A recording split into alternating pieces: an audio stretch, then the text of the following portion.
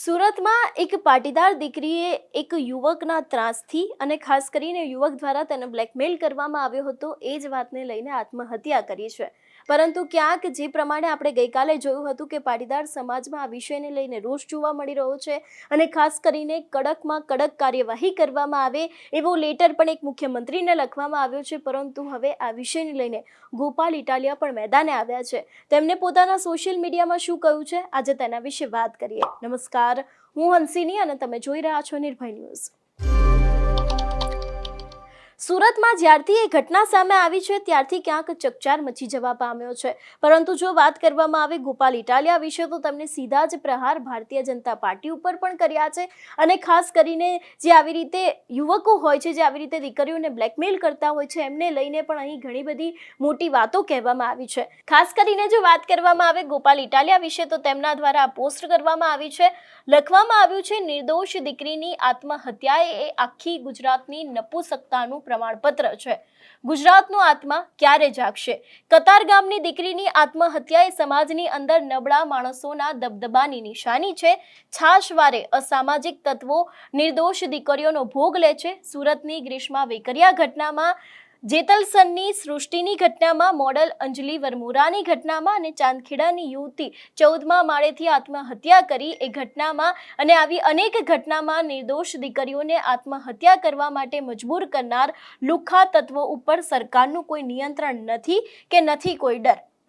એટલું જ નહીં, ક્યાંક વધુમાં પણ લખવામાં આવ્યું છે, કોઈ લુખ્ખા કે લફંગાના ત્રાસથી નિર્દોષ દીકરીએ આત્મહત્યા કરવી પડતી હોય એવી મહિને 5 થી 7 ઘટના બને છે. બ્લેકમેલિંગના ડરથી, પરિવારને નુકસાન થવાના ડરથી તેમજ લુખ્ખાઓ દ્વારા આર્થિક રીતે ફસાવાના કારણે અનેક વખત દીકરીઓએ પોતાનો જીવ આપવાનો હોય છે.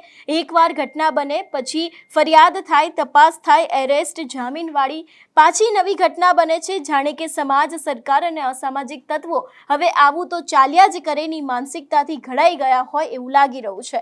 એટલે ખાસ કરીને જે આ સમગ્ર વિવાદ થયો હતો, ઘટના સામે આવી હતી, એ જ વાતને લઈને હવે ગોપાલ ઇટાલિયા છે તે મેદાને આવ્યા છે અને ખાસ કરીને સરકાર ઉપર પણ ક્યાંક આકરા પ્રહાર કરવામાં આવે છે કે હંમેશાની જેમ જે પહેલેથી ચાલતું આવતું હોય એવી જ ઘટના લાગી રહી છે. ખાસ કરીને વધુમાં પણ ગોપાલ ઇટાલિયાએ શું લખ્યું છે તેના ઉપર પણ નજર કરીએ. ડ્રગ્સ પીનાર, ગેરકાયદેસર વ્યાજનો ધંધો કરનાર, આખા દિવસ પાનના ગલ્લે બેસી રહેનાર, શાળા કોલેજની બહાર આખો દિવસ હીરોગીરી કરનારા વગેરે અસામાજિક તત્વોને મોટે ભાગે સ્થાનિક પોલીસ સ્ટેશનના પોલીસવાળાના અદ્રશ્ય આશીર્વાદ હોય છે. પોલીસ ઉપરની પણ અહીં વાત કરવામાં આવી છે. નિર્દોષ દીકરીઓની આત્મહત્યા પાછળ સૌથી મોટા 3 કારણો છે.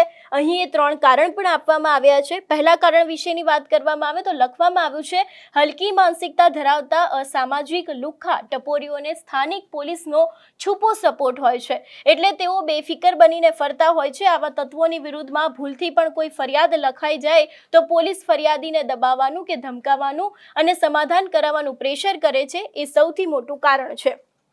તે બાદની જો વાત કરવામાં આવે તો અહીં લખવામાં આવ્યું છે, જ્યારે દીકરીને માનસિક હેરાનગતિ કરવામાં આવતી હોય છે ત્યારે ડરના માર્યા કે બદનામીના ડરથી દીકરીનો પરિવાર કોઈને વાત કરતો નથી અને ચૂપચાપ સહન કરે છે. કોઈ કિસ્સામાં દીકરીનો પરિવાર સમાજમાં કોઈને જાણ કરે તો પણ સમાજમાંથી માથે ભારે વ્યક્તિ વિરુદ્ધ સપોર્ટ નથી મળતો. એ પણ મોટું કારણ છે. તે બાદ લખવામાં આવ્યું છે, દરેક લુખ્ખા અને ટપોરી તત્વોને પ્રત્યક્ષ કે પરોક્ષ રીતે રાજકીય આકાઓનું સંરક્ષણ મળેલું હોય છે. મને ફલાણી પાર્ટીના ફલાણા નેતા સાથે સારો સંબંધ છે એટલે મારું કોઈ કાંઈ બગાડી નહીં લે એવી તાનાશાહી માનસિકતા પણ એક કારણ છે.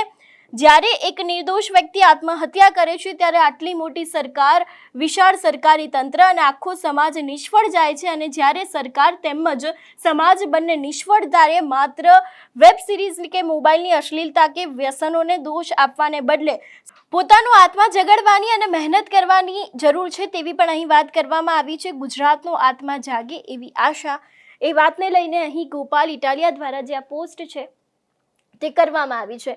એટલું જ નહીં, ક્યાંક જે આ એક અખબારનો અહેવાલ છે એને પણ મૂકવામાં આવ્યો છે. એટલે ખાસ કરીને જે અત્યારે હાલ દીકરીઓની સાથે આ બની રહ્યું છે એ જ વાતને લઈને હવે ક્યાંક ગોપાલ ઇટાલિયા મેદાને આવ્યા છે. સીધા સવાલો અહીં સરકાર ઉપર પણ પૂછવામાં આવે છે કે મોટી સરકાર છે, વિશાળ સરકારી તંત્ર છે, તેમ છતાં પણ આખો સમાજ નિષ્ફળ જાય છે. જ્યારે સરકાર તેમજ સમાજ બંને નિષ્ફળ જાય ત્યારે માત્ર વેબ સિરીઝ કે મોબાઈલની અશ્લીલતા એ વ્યસનનો દોષ નથી હોતો, પરંતુ ક્યાંક હવે લોકોએ પોતાની આત્મા જગાડવાની પણ જરૂર છે તેવી પણ વાત તે ગોપાલ ઇટાલિયા દ્વારા કરવામાં આવી છે. ઉપર જે પ્રમાણે મેં વાત કરી એ પ્રમાણે અહીં કારણો પણ તેમના દ્વારા આપવામાં આવ્યું છે કે કેમ આવા બધા ઘટનાઓ બનતી હોય છે, કેમ કોઈ યુવક છે તે એક દીકરીને બ્લેકમેલ કરતો હોય છે ને એ બાદ દીકરી દ્વારા આવા પગલાં ભરવામાં આવતા હોય છે. આગળ પણ તેમણે ઘણી બધી ઘટનાઓ વિશે વાત કરી છે, પરંતુ ક્યાંક હવે લોકોને જાગવાની જરૂર છે તેવી વાત ગોપાલ ઇટાલિયા દ્વારા અહીં કરવામાં આવી છે. પોલીસ તપાસ કરશે તે સમયે પણ જોવાનું રહેશે કે હવે આ કેસની અંદર કયા નવા મોટા ખુલાસા થાય છે, કારણ કે પોલીસ દ્વારા તપાસ છે તેને શરૂ કરી દેવામાં આવી છે અને ખાસ કરીને દીકરીને કેમ એ ટોર્ચર કરી રહ્યો હતો, તે વ્યક્તિ કોણ છે, તેની સાથે તેના દ્વારા એવું તો શું કહેવામાં આવ્યું હતું કે દીકરીએ છે કે આ પગલું ભર્યું, એ જ દરેક વાતને લઈને પણ હવે પોલીસ દ્વારા તપાસ કરવામાં આવી રહી છે. એટલે કે તપાસની અંદર પણ ઘણા મોટા રહસ્યો છે તે બહાર આવી શકે છે. તમારું શું માનવું છે આ વિષયને લઈને અમને કમેન્ટ કરીને ચોક્કસથી જણાવજો. તેની સાથે અમારી ચેનલ નિર્ભય ન્યૂઝને લાઇક, શેર અને સબસ્ક્રાઇબ કરવાનું ભૂલશો નહીં. નમસ્કાર.